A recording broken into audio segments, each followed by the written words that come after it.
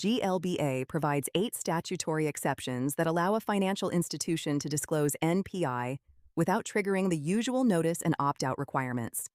These include disclosures for business purposes, consumer authorization, fraud and security, professional advisors, law enforcement, consumer reporting, business transfers, and legal compliance.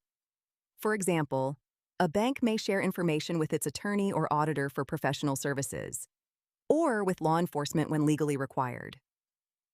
We'll discuss each of these 8 exceptions in more detail on the next slides, including practical examples of when each exception applies. The key point is that these exceptions allow certain disclosures without giving the consumer an opt-out right.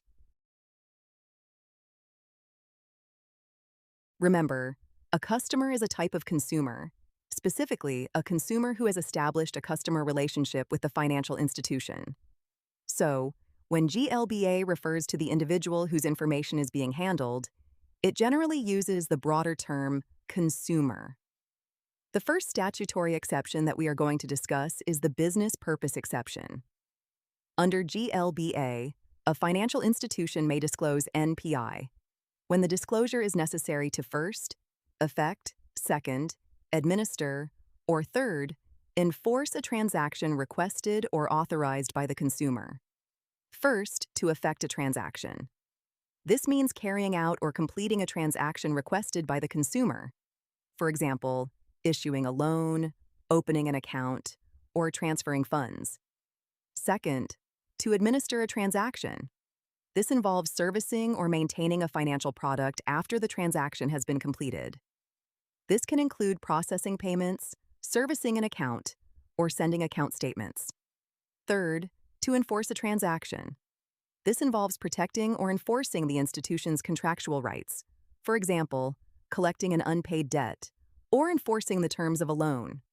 For example, when a bank processes a consumer's credit card payment, it may need to share certain information with a payment processor. That disclosure can fall within the business purpose exception.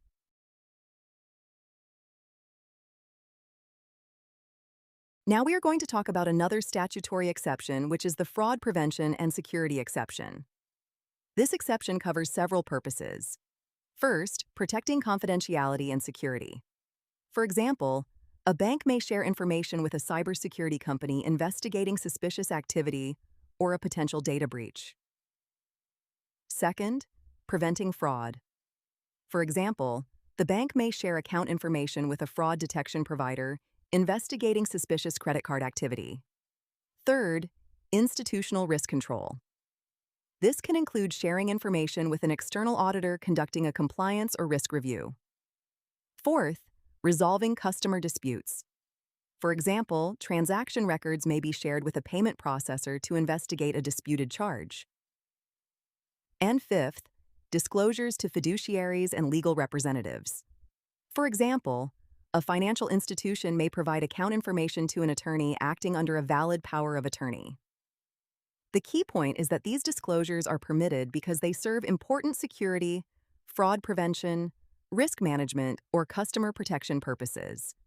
And as with the other statutory exceptions, disclosures covered by this exception do not give the consumer a GLBA opt-out right.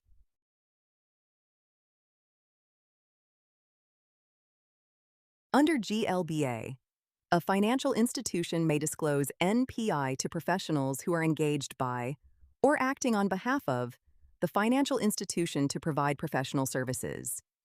This can include attorneys, accountants, auditors, and certain oversight organizations.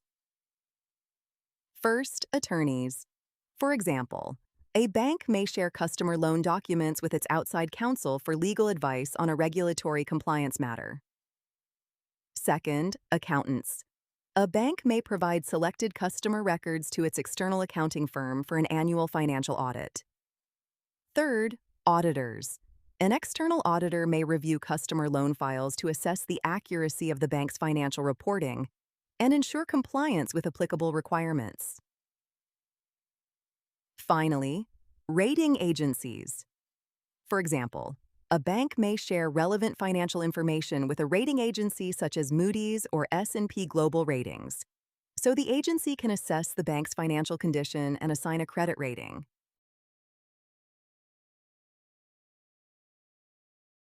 Another important category is when a financial institution needs to comply with the law or respond to government authorities.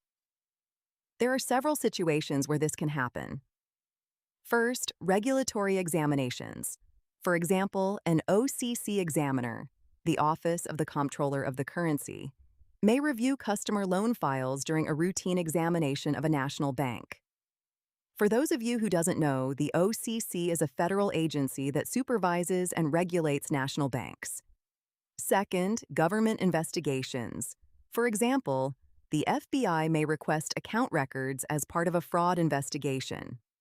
Third, judicial processes. A bank may produce customer records in response to a valid court order or subpoena. And finally, compliance with other laws. For example, a bank may be required to report certain information under the Bank Secrecy Act or anti-money laundering laws. The takeaway here is simple. GLBA permits disclosures that are required or permitted by law. And because they fall within a statutory exception, the consumer does not have a GLBA opt-out right. There's another important concept to understand here: joint marketing. First, joint marketing is not one of the 8 statutory exceptions. It is a separate exception listed in the regulations implementing GLBA. The basic idea is that a financial institution may disclose NPI to another financial institution to jointly market financial products or services, without giving the consumer a GLBA opt-out right, as long as the required conditions are met. Importantly, this exception is limited to joint marketing of financial products or services only. It does not cover marketing in general. For example, a bank could partner with an insurance company to offer homeowners insurance to the bank's customers. Another example would be a bank partnering with a credit card company to offer co-branded credit cards. There are also important safeguards. The financial institution must provide the required initial privacy notice and enter into a joint marketing agreement that prohibits the partner from using or disclosing the information for any other purpose, unless it is permitted by another GLBA exception.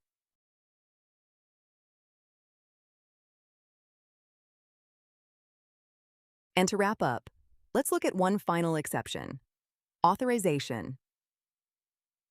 Under GLBA, a financial institution may disclose NPI with the consent or at the direction of the consumer. Remember what we discussed earlier? Every customer is a consumer, but not every consumer is a customer. There are 2 situations to understand here. First, with the consumer's consent where the consumer agrees to the disclosure. For example, a customer connects their bank account to a personal finance app, such as Rocket Money or Monarch Money, and authorizes the bank to share financial activity data with the app, such as account balances, transactions, purchases, and spending information. Second, at the direction of the consumer. Here, the consumer actually instructs the bank to send their information to someone else.